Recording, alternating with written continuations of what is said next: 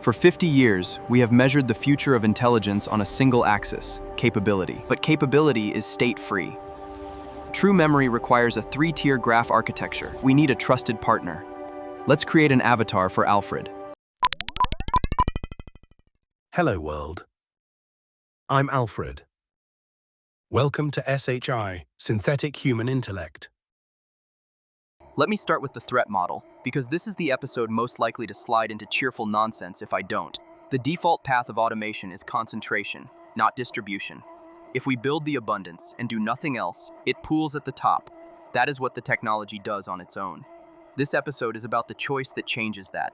Not a prediction, a choice. And I'm going to show you why it is a choice and not a law.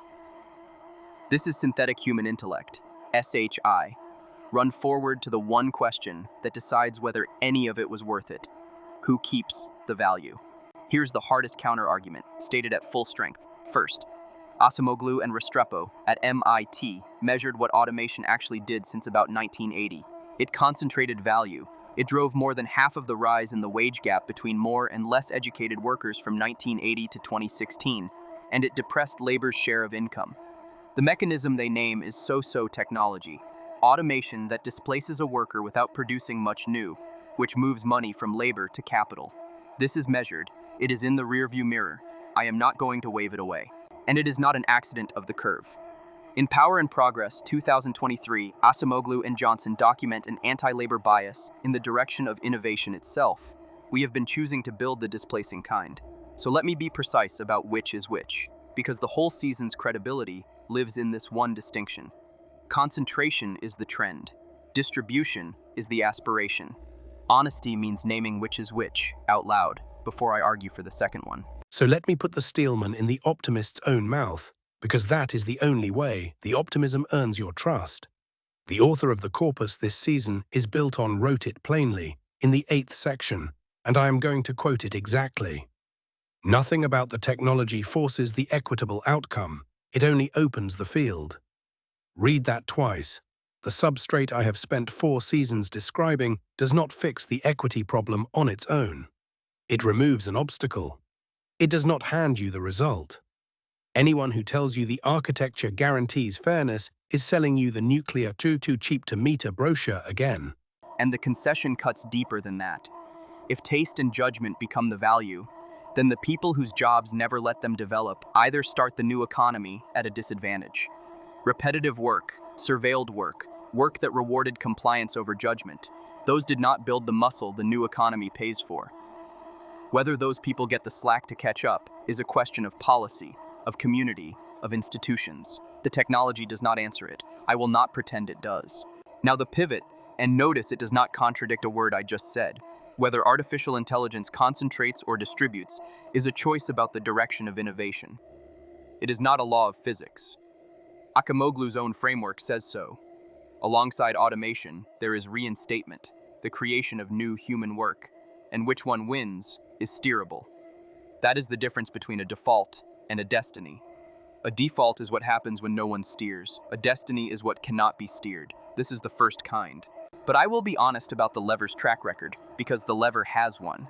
Reinstatement was real. From 1950 to 1987, new work roughly balanced what automation removed.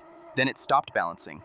From 1987 to 2017, automation outpaced reinstatement, and labor's share fell. So when an optimist tells you new work will simply appear, the recent data is weaker than they think. The lever exists. It has been working less well lately. Possible is not automatic, and I would rather you hear that from me than discover it later. If distribution is a choice, then there have to be levers you can actually pull. There are, and they are not hypothetical. Treat data as labor and pay for it. Data dignity from Lanier and Wales' radical markets. Pay data dividends. Build mediators that bargain for individual data on your behalf. Run cooperative and member-owned models. Write data portability into law. These are real mechanisms with real proposals behind them. What is aspirational is not their existence. It is adoption at scale. I will keep that line clear. And here is the concrete one. The mechanism this whole sovereignty stack was built to enable. Call it the economic flip. Creators stop selling their output and start selling their perspective. Context as a service. Professionals sell their capability. MCP-as-a-Service. The model itself drops to a swappable utility, like electricity. The choke point moves to the person because the agent is a local portrait of you, your taste, your knowledge, your history, your relationships. And a portrait cannot be cloned or sold away from the one it portrays. This is the Saluka-designed outcome, not a market fact yet. The demand we are building toward. Here is the inversion, said plainly. For 30 years, the play was the same. Own the platform, sit between people, and monetize the user. The value lived in the aggregator, not in you. Now move the model onto your own box. Keep your material on your box. Make your agent a portrait that no one can move without moving you. Do that, and the choke point moves. What is valuable is no longer the platform's position between you and the world. What is valuable is what you bring, and that, your taste, your judgment, your context, was never an artificial intelligence value. It was a human one, all along. So the structural lever is two words: portability and sovereignty.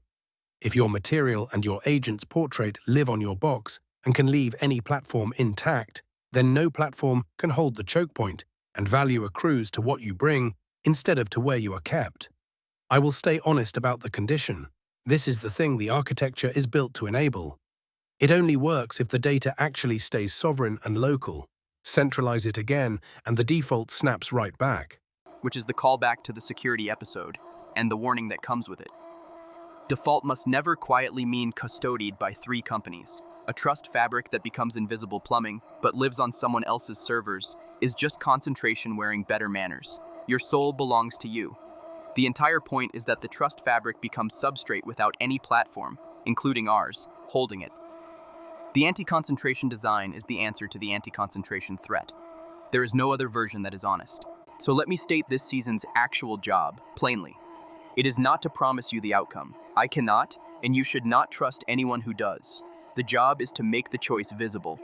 The augmentation direction, building the reinstating kind of technology instead of the displacing kind, is a real lever that Acemoglu and Johnson argue for directly. This series advocates that direction.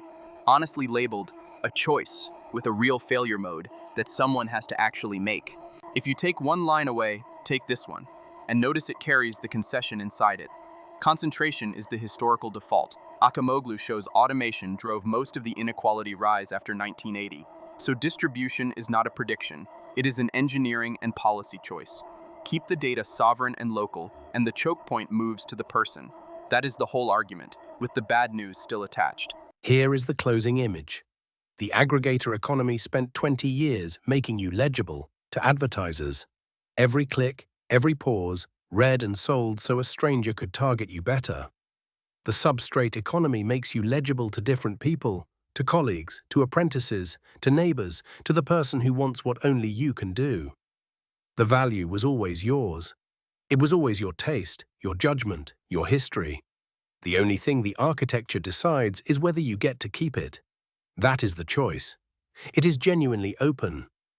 It is genuinely not made yet. Power, infrastructure, security, taste, motivation, and now distribution. Every one of them conditional, every one of them chosen. None of it arrives on its own. Next, the finale, where the conditions add up into one answer, a good future. Keep the data local, keep the value with the people.